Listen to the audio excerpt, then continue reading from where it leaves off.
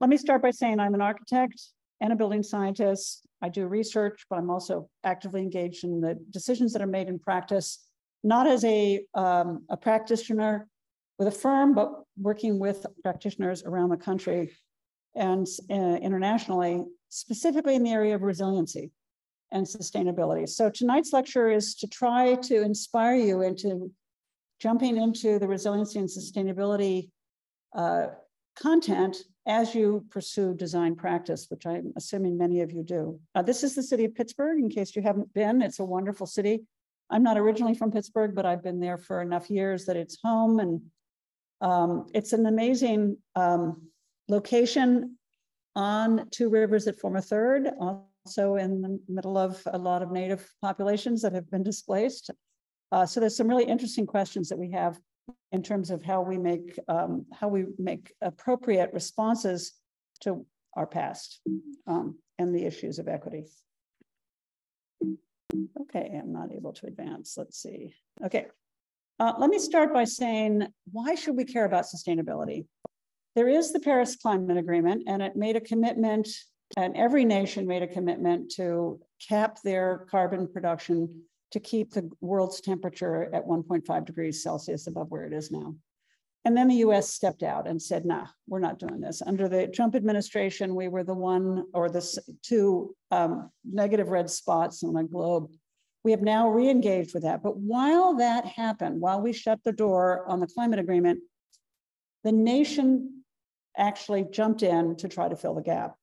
Over 2,000 businesses, 280 cities and counties, 346 universities said, we're in. The US has stepped out, but we're back in. So the Paris Climate Agreement was one of the few agreements, international agreements, where individual organizations filled the gap when the nation stepped out. It also became clear that the leadership of the major corporations, the S&P 500, wanted to be in. And over 82% of them have now committed to the Paris Climate Agreement and committed to corporate sustainable social responsibility with a whole series of metrics that are all about sustainability and building performance. Of course, recently we've begun to realize that the UN Sustainable Development Goals are becoming a driver, and I serve on a number of international research review panels where I read proposals from Swedish researchers and researchers throughout Europe, and they lead with the SDG goals. They basically say this research will address the following 3 goals and what they will try to achieve. This has become an organizing factor for political and professional work around the world, commitment to the Sustainable Development Goals. And we as practitioners in architecture need to not only know those goals, we need to embrace them. So I wanted to start, though, with the challenge that we're really facing, and you can see it because of Hurricane Ian in Florida. I'm sure you see it a lot in the news. The question of how we're going to actually withstand the 1.5 degrees global warming, even if we can cap what we're producing. The challenge is one of resilience, and there are 2 things that the resilience, designed for resilience, and it is really a design problem. 2 things we're dealing with. One is chronic stresses, which weaken the fabric of a city on a day-to-day or cyclical basis. These are things that happen again and again. And then there are acute shocks, like a hurricane.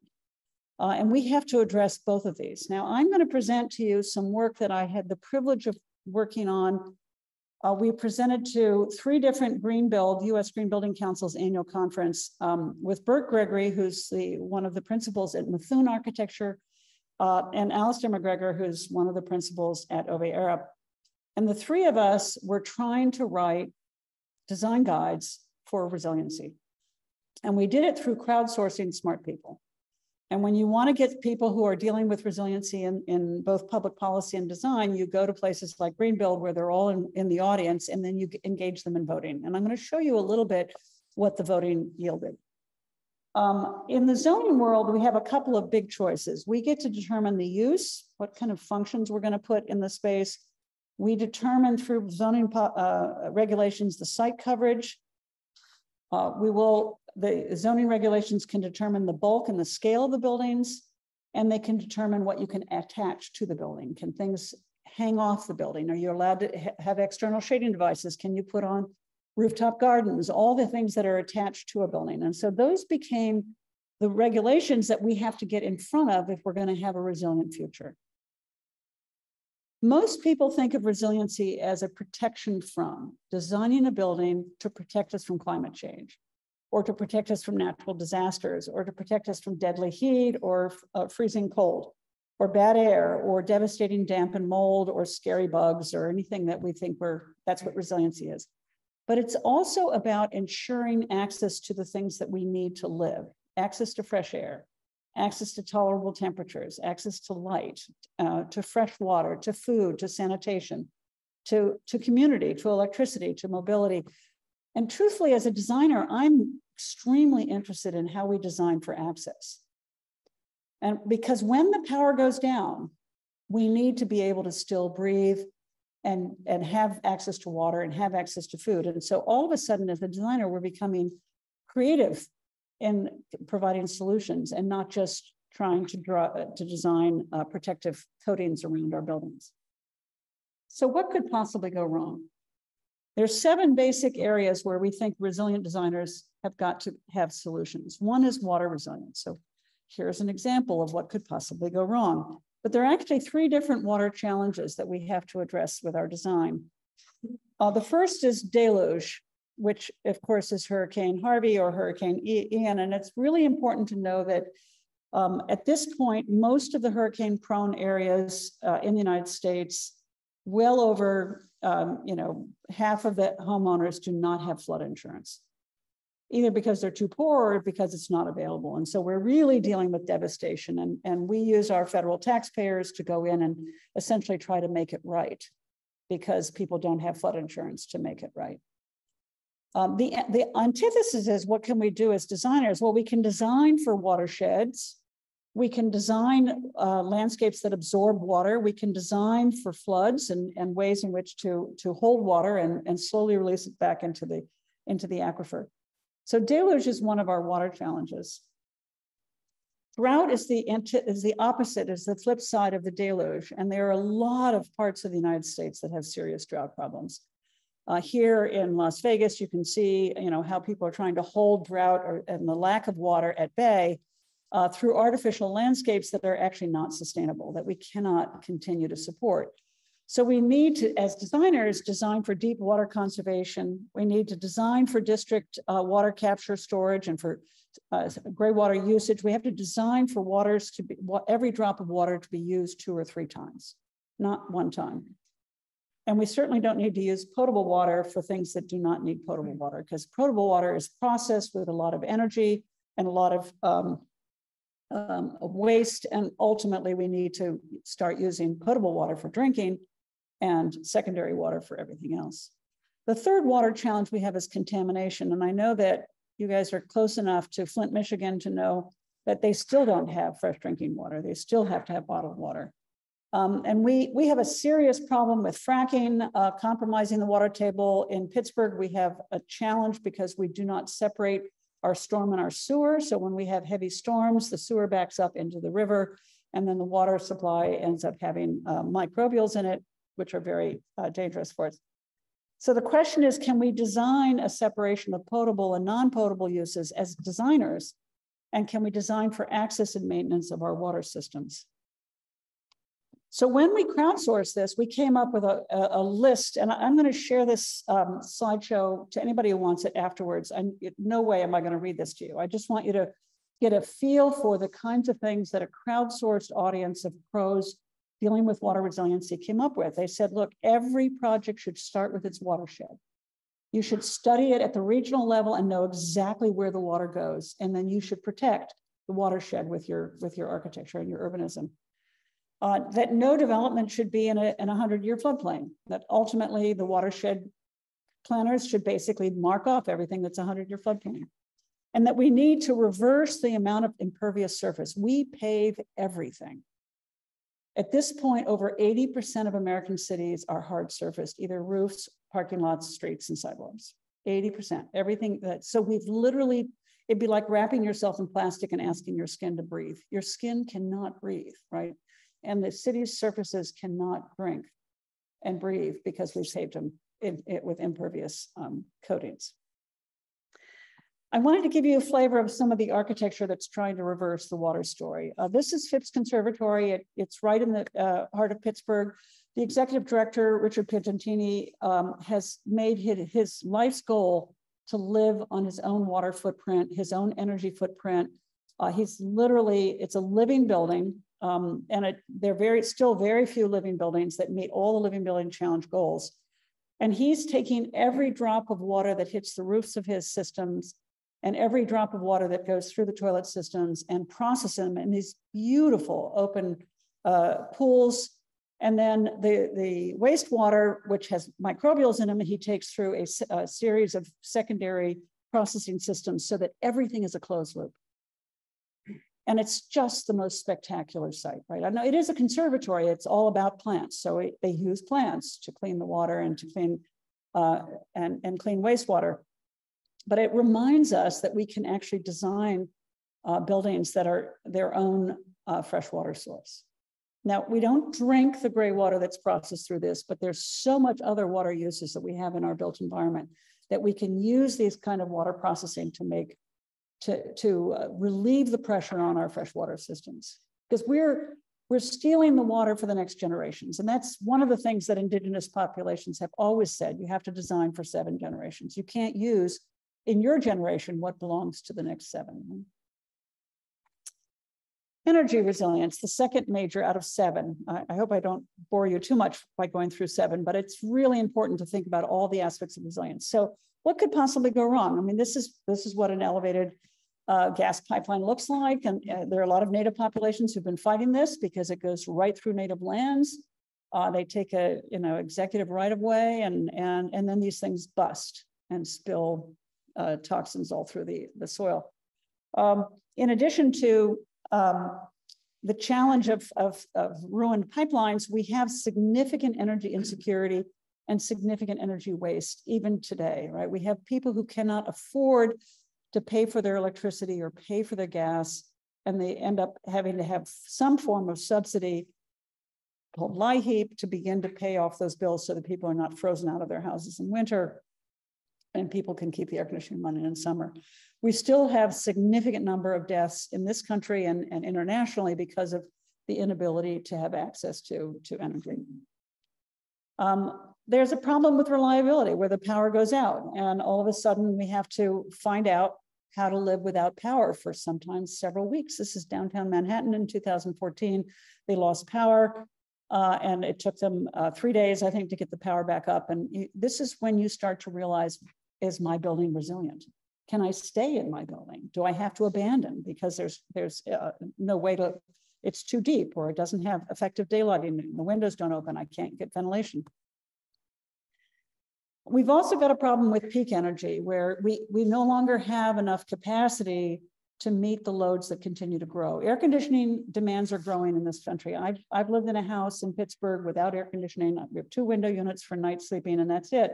But every year, about mid-August, we say, maybe we're going to have to get air conditioning. And unfortunately, a lot of the nation is realizing they have to get air conditioning. And of course, the rest of the world is rising up to the standards that we expect. And air conditioning is becoming so prevalent. It's one of the rapid growth areas in energy demand. And we don't have enough peak power. Now, the nation has just passed the Recovery Act, which is now suggesting that the entire nation should electrify.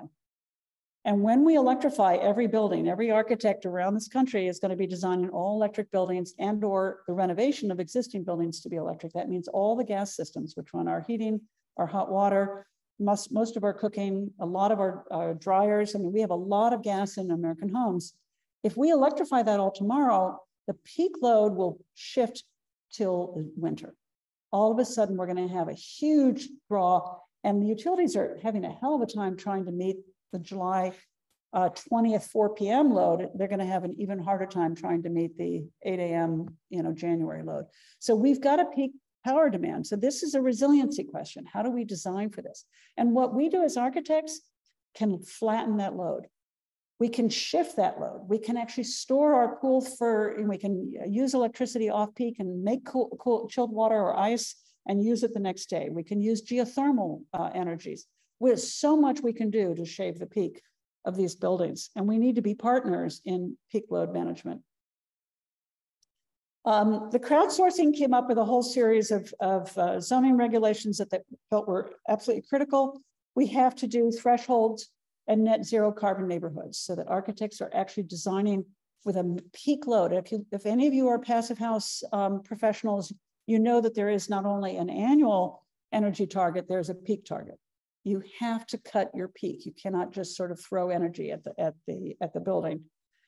We have to design density for passive low energy buildings, and we have to do mixed use with district energy. We have to find a way to share the waste heat of one building becomes the heating system for the next, right? A data center in Finland can actually feed the heat for 4,000 homes, one data center. So we want to build data centers in climates that are cold and design a district hot water loop that can use that heat. It saves the homeowner money, and it provides, instead of what they would do normally, is they blast that heat up into the atmosphere and warm the climate. Here's an example of a building that I happen to work in. This is called the Intelligent Workplace at Carnegie Mellon. It's on the roof of Maggie Moe. It's now 25 years old. It's a living laboratory. It is a completely daylit building, except at night. And at night, we turn on the lights, right? And most buildings have 1 watt per square foot of connected lighting running all the time. And we're at 0.1 watts running only at night. And it's such a wonderful place to work. Daylit space is so much nicer than electrically lit space. And as architects, we can either make this happen or we can make it not happen, right? And this is why I'm a great proponent of thin buildings, articulated alphabet-shaped buildings and buildings with courts inside, where you can actually begin to get daylight into the building. We have to be very cautious, because if we have too much facade, it's going to be a lot of heat loss. So we have heating loads. We want to make sure that facade is thermally the best we can get, and we want to make sure that it's in the sun, in a cold climate, and in the shade in a hot climate. The third resiliency challenge, food. What could possibly go wrong with our food system? Well, one is we've got food insecurity. We have people who are not able to access healthy foods. And there are areas called food deserts throughout the United States. And it's not just urban food deserts. There are rural food deserts where you can't get access to healthy foods. And we really need to start designing community gardens and local fishing. We have to reintroduce the notion that every neighborhood could become a qualified food source. We also have food toxicity issues, mostly because of packaging and long transport and long shelf life. And this is one of the reasons why we want to do local foods. We want to start to design our neighborhoods with farms as an integral part of the design. We have one of the worst industrialized nation food waste problems. We throw everything away. We have unfortunately, we bulk buy because we have to make a long distance trip to get to a big box. We buy a lot of stuff, more than we can eat in a week, and then we throw a big chunk of it away. Alternatively, you can have local food options, and you don't buy as much because you stop every few days or even every day and pick up the food that you need for that meal. So the crowdsource group says, well, number one, we're going to have urban growth boundaries to preserve agricultural land, because right now we're sprawling into our farmland. The farms are being bought up, and I flew in, but I didn't quite look at the farmland situation here. I mean, the farmlands are being bought up for Amazon distribution centers, right? Or, anything that looks like it would make a buck, the next thing you know is one more farm is gone. And so we really have to design in a way that you can't turn agricultural land into things that it's not suited for. We have to do a regional transfer of development rights that allow developers to actually secure agriculture and forest lands and give them a chance to build slightly more dense and higher in spaces that we want them to build. And we need to do on-site fresh food production and sales. We need to sort of incentivize the way in which local foods occur. Again, trying to give you inspiration from architects who are really taking this into the centerpiece of their design. This is a work by Methuen Architects with BNIM Architects and Interface Engineering. Andropogon is one of the leading landscape and biohabitats. I mean, just major players. This is a campus that's focused on sustainability, part of Chatham University's campus right outside of Pittsburgh. And they have a closed loop food. They grow all their own food as a campus. And they run a program in culinary arts, teach people how to work with local foods to make fabulous meals. And they also capture all their own water and process it, and you live on their own water footprint, and they manage their own waste footprint. So this is where you want to go after the hurricane, because they can basically provide water, food, and support waste. And with enough passive and distributed energy, you can basically be off grid for a week or two when the power system is off, right? It's a beautiful campus. It has fabulous food. They have a fish farm, and all the fish waste go into agricultural farms. And then, as I mentioned, they have a whole culinary program. I've had lunches there. It's such great food. Anyway, great vegetarian diet. Waste, a fourth major resiliency challenge. And again, what could possibly go wrong? Well, the first thing we know is we've got very toxic waste. We're throwing away a lot of stuff. And if you have questions afterwards, we can talk about PVC and other plastics. The real question is whether the product has really been designed from cradle all the way back to cradle. If it hasn't been designed from the moment it's extracted all the way back to its final reuse, either as an organic organic nutrient or as a technological nutrient, it becomes a toxic waste stream. And of course, you can see here a lot of equipment waste. It is really hard to hold on to your laptop more than about 5 years because everything becomes obsolete. And yet the screen, the frame, everything seems to be in perfectly good shape, but you're being told to give it away. And we need to design for disassembly. We need to find a way. And industry in Europe has all been focused on design for disassembly, including buildings need to start designing for disassembly. You need to be able to actually dismantle pieces of the building and reutilize them as long as possible. Every light fixture in this room has a value beyond the life of this room. And we need to find ways in which to design for that. Another waste problem is poor sanitation and serious weaknesses in terms of how we separate our storm and our sewer streams, and the lack of gray and black water systems. An inspiration, if you ever have a chance to get to Stockholm, Sweden, is a neighborhood called Hammarby in Stockholm. Hammarby is on a brownfield site, so it took a very toxic site and cleaned it up. And it is beautiful inlets off of the waterfront, lots and lots of housing and mixed use retail and businesses, but they have built under it an entire waste management system. And when you're there, you'll see lots of little kids walk up to these portals and they'll drop in green bottles in one and paper in another, and everybody completely, Swedes are maybe a little more compliant than Americans are. They will absolutely put things in the right waste stream. It turns out that because of this, they have generated local jobs. There is a compost center that deals with all the organic waste and actually sells the compost out to the farmers and makes enough profit to be able to support two households in the beautiful Hammarby neighborhood. They have a glass processing center that sells all the raw glass material back into the glass industry, supports another 2 families. So they basically have created local jobs by actually having an infrastructure to support waste. We are literally going to have to design for separation of recyclables, waste, and compost at the building level. So it not only changes the shape of our building, it changes the shapes of our neighborhoods. We need to require city zoning to locate composting in the neighborhood. We can't always put it in trucks and carry it long distances away.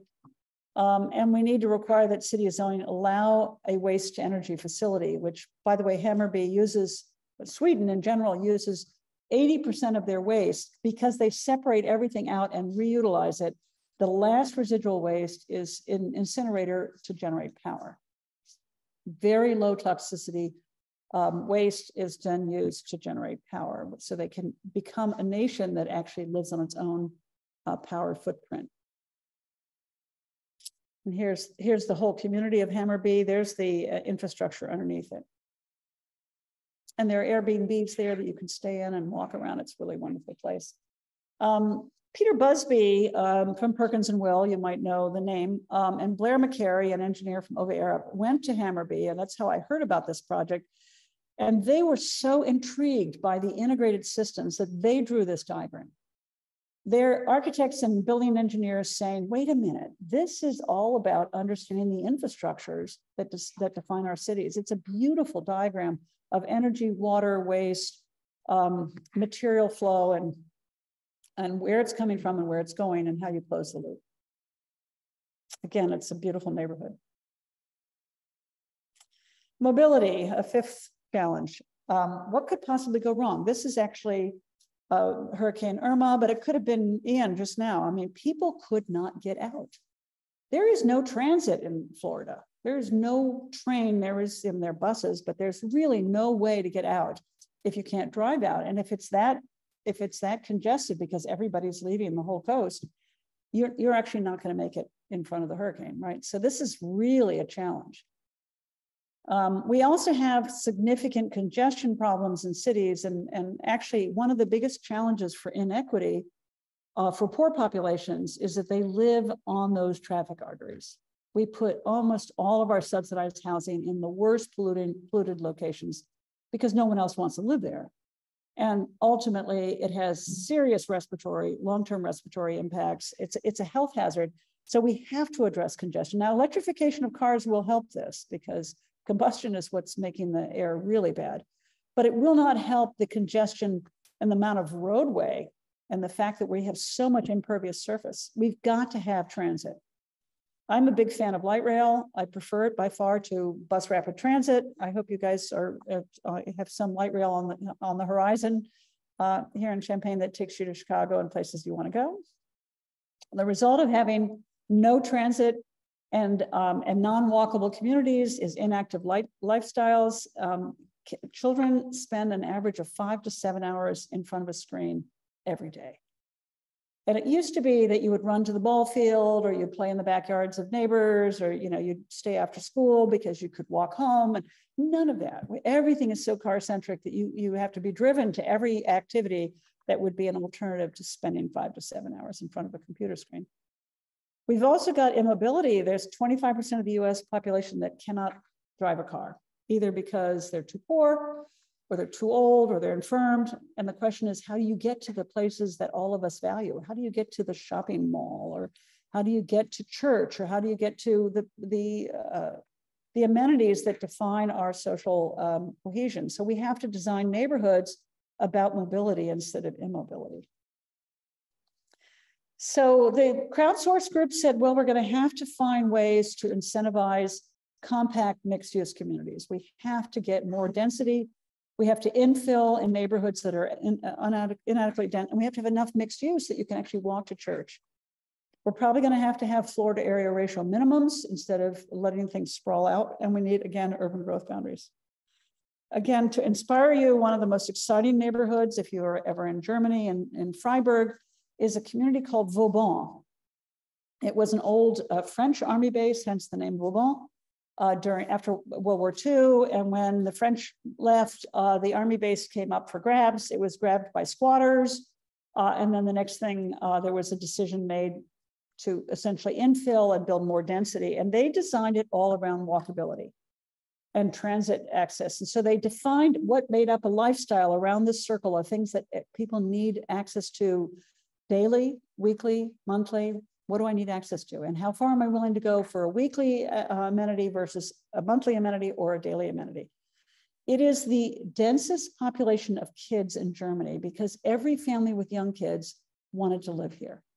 They all moved here and said, now my kids, because the streets belong to the kids. You're not allowed to drive to your house other than to drop off your groceries and somebody who might need assistance to get to the front door. And then you go park in a parking garage and you walk home. In the process of walking home, you meet your neighbors, you pick up extra food because there's food markets in the neighborhood.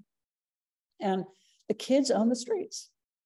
And you can see the major driving artery is red. Everything in orange is that you have a very tentative access to, and everything in green is just for kids. Even the light rail, which runs right through the middle of the neighborhood, sits on grass. I mean, it's a very different light rail system than what we would do. We would just pour gravel everywhere or pave it. We'd basically make it look like it's not for public use. And this is, no, this is for public use. And the light rail has a temporary access. It's a lovely, beautiful area, not just for kids, of course, for all generations. Mobility resilience, we really have to do compact, complete, and connected. This is work in Portland, which is one of the best bicycle cities in America. It's also one of the best walkable cities now. It has a light rail that'll take you from the airport to downtown the minute you arrive at no cost because they have enough density. And it's one of the most lively downtowns. So Pittsburgh and Portland were roughly the same size when I started in Pittsburgh, and then they drew an urban growth boundary. And Pittsburgh did not, but Portland did. And all of a sudden, the developers who took them to court the minute the growth boundary, because they already owned the farmland, they were going to build new shopping malls and new office parks and new housing subdivisions. They took them to court, they lost. So then they started to buy up all the empty parking lots and the semi-abandoned shopping malls. And the next thing you know is Portland's densifying. But not tall, high rise, not Hong Kong. It's a city. It's a city that really is vibrant, pedestrian. And you can see in the architecture that people have completely taken to the streets. It's really a wonderful place, other than the fact that it rains a lot. Human health and safety. I think this is the sixth, and there's only 7. So just 2 more, if you can bear with me. So what could possibly go wrong, right? Pittsburgh actually had a pothole that was so big that a bus fell into it. But you may have seen it, may look like a joke that flew across Facebook. It was not a joke. Luckily, nobody was hurt. It just bus fell into it. We also had a bridge that collapsed and bus fell down, and there were 4 people that were hurt, but not terribly. So what could go wrong? Well, number one, we have natural disasters, and they wipe out entire communities. We have aging infrastructures that cannot withstand climate change. We have some serious health challenges because of indoor air quality problems and indoor heat problems. And it's really important to know that we've got a lot of people who are either deathly ill or have died because of indoor air and heat challenges. We've got pollution, and this is a global challenge. In fact, a bigger challenge globally than it is in the US. But even in the US, anybody who lives downwind from a power plant lives in a highly congested zone in the city will have significant, and lives in an inversion like this, Los Angeles. I think this is Los Angeles. I don't remember anymore. I mean, there is significant challenge with pollution. And then because we're closing our healthcare centers, we've got people who have no access to healthcare. So this is again, a design problem for us in the design community. The crowdsourced group said, well, we have to mass our buildings to ensure that we can get fresh air through natural ventilation. We have to have all neighborhoods within 15-minute walk to some sort of public park or green space. We have to actually require that the surfaces in the cities be cool, reflective, and have tree canopies so that people can survive heat waves. And we need to design infrastructures that are connected to allow wildlife as well as active mobility so people can have bikeways to get all the way from their home to downtown to work. This is something known as the walking school bus. And Korea has decided that they don't want to put kids on a school bus, that they're going to create a human chain of kids with a parent to walk their kids to school. In doing that, they reclaim the neighborhood, they reclaim the sidewalks, they become part of the fabric of the city, and the kids get to know and they learn things as they're walking to school.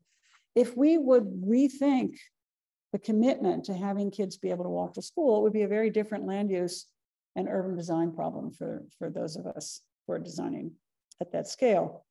The Omega Center for Sustainable Living, another BNIM project, is literally a Blackwater waste treatment plant that has it uses all kinds of incredible landscape medium, and it's such wonderful air that it's a yoga center in upstate New York. You go here to commune with nature and to take yoga. And it's a waste treatment plant. Probably there's some amazing projects in New York City as well, worth looking at. Okay, the very last one is ecological health and what could possibly go wrong. The biggest problem is bees. I'll come back to that. So global warming, everyone has heard about global warming. That is indeed what has driven the need for the Paris Climate Agreement. The temperatures are rising so fast that we are starting to see warming seas, warming air, migration of pests, the killing of different plant life. I mean, it's clear, and CO2 is one of the, not the only greenhouse gas, but one of the most critical greenhouse gases, and we are the ones who are creating it. And architecture is at least 40% of the problem, where 70% of the power used in this country is in buildings. And some of that is renewable, but a lot of it is not. And we're basically pumping out CO2 all the time because we want to continue to use electricity and gas at the rate we have been in the past.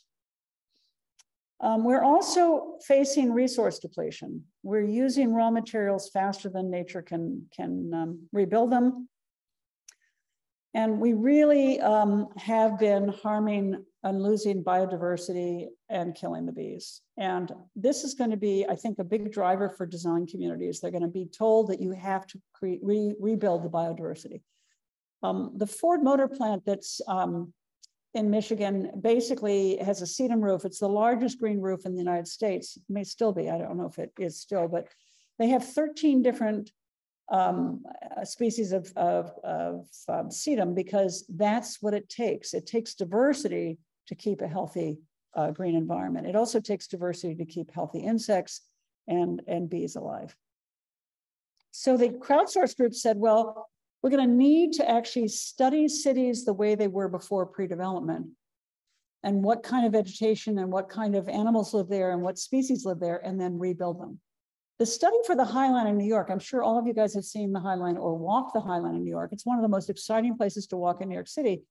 They studied species diversity, not just plant species, but insects and butterflies and bees. And they designed the High Line to try to reintroduce the native species of New York so that it would become a full experience. And it worked. And it's a design, architectural design with landscapers actually making a huge impact. It's probably the most popular destination in New York City for tourists. We also need to have a carbon budget. We are definitely going to have to cut down on carbon. And it actually is not a reduction in the quality of life. It's an improvement in our quality of life. And we need to figure out a way to preserve all the nature we can by having compact, walkable, mixed-use neighborhoods. So we need to infill our neighborhoods.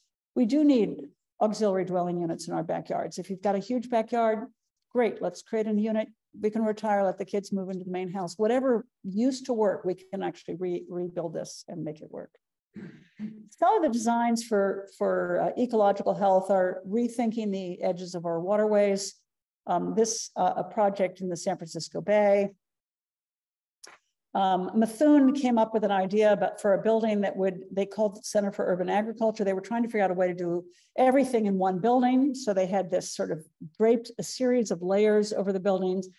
They were looking at ways in which they could collect energy through photovoltaic facade components, ways in which they could manage water by having all kinds of shedding portions of the facade, ways in which you could do food production on the facade, and then ways in which you could reintroduce habitat by having connected green spaces vertically as well as horizontally. And then they came up with this building that they were proposing for the city of, I think it was Seattle.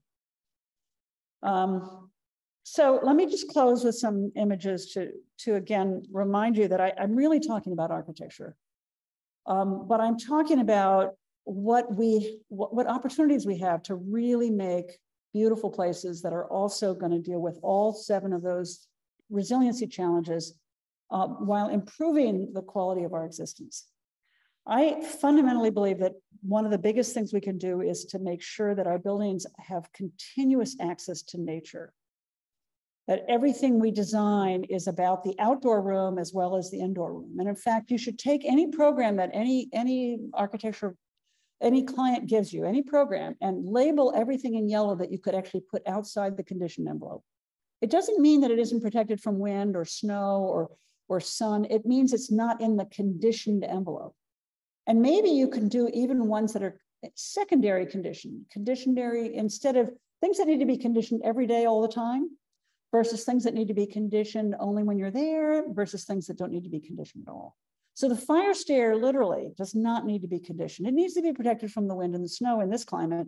It doesn't need to be heated. Well, if you're going down the fire stair, you've got your coat on, you're ready to go, right? I mean, you're ready. We don't need to condition every square foot and put everything inside. And that's a big carbon footprint, is the fact that we throw everything in and then we increase the size. We double it and then we double it again.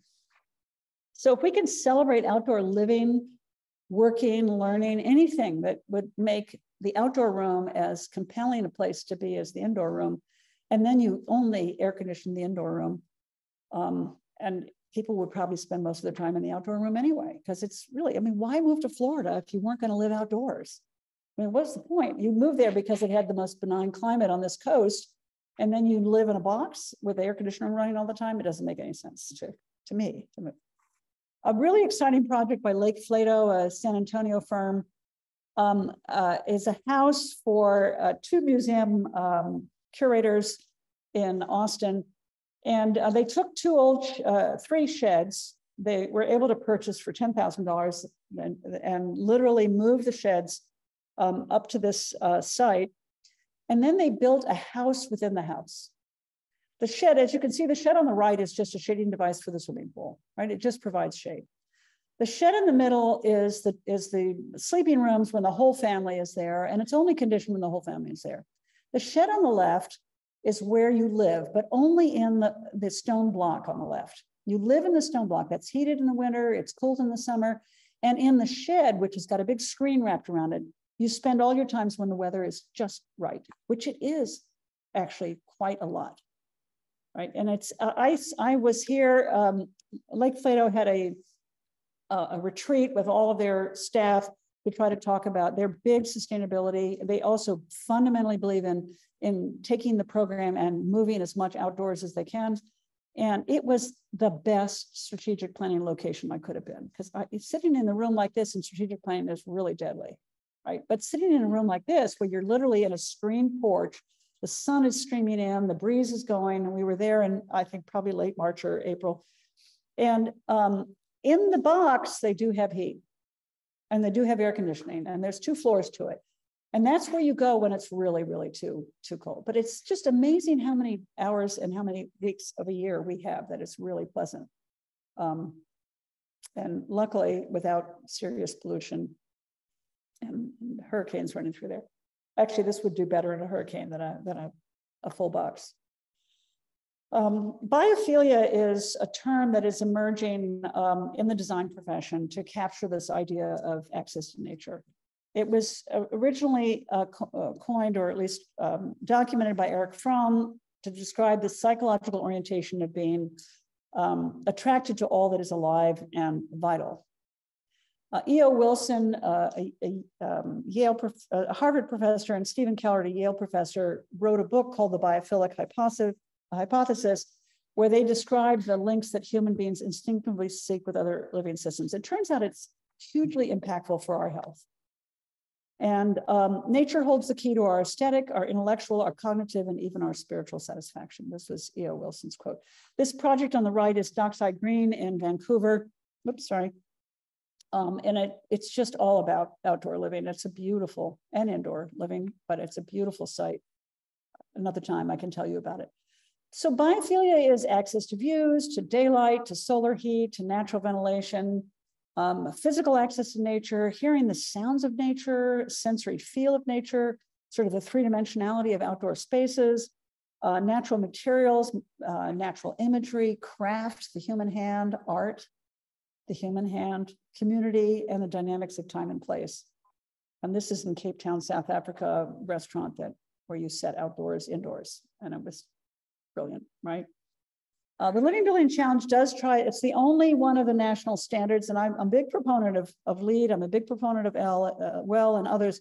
It's the only one that overtly talks about biophilia and access to nature. And in fact, you unfortunately can do a LEED building where you have no access to nature and still be LEED Gold or Platinum, which is something that really I'm fighting to get them to improve on, because you shouldn't be designing a completely conditioned box, even if it's low energy. Again, this is the Phipps Conservatory I showed you before. It's all about access to nature and living on your own footprint. It is one of the most beautiful outdoor spaces. It's right across from our campus, so we can walk there anytime. There are a couple of other living buildings that have been really amazing. There's a children's museum that really look at ways in which you can make the outdoor science museum as compelling as the indoor. These are stepping stones that make music, and then they have all kinds of water management systems that are part of the integral to the landscape. This is at Georgia Tech, their living building. It is an academic building that uses PV roof canopy, one, to meet their total electric load, but two, to provide for the outdoor spaces. And all the walls down below open up. So your outdoor classroom is directly contiguous to your indoor. And so, you know, on a beautiful day in Atlanta, all of those classes are spilling out into the courtyard. And there's one of those modules is the kitchen, and so that, you know, you can go and have lunch. It is a really beautiful space on the Georgia Tech campus. All day lit, naturally ventilated. It does have conditioning, it does have cooling, but it's turned on as little as possible, and all those doors are opened up as long as possible. And that's my lecture on resiliency, sustainability, and the power of design.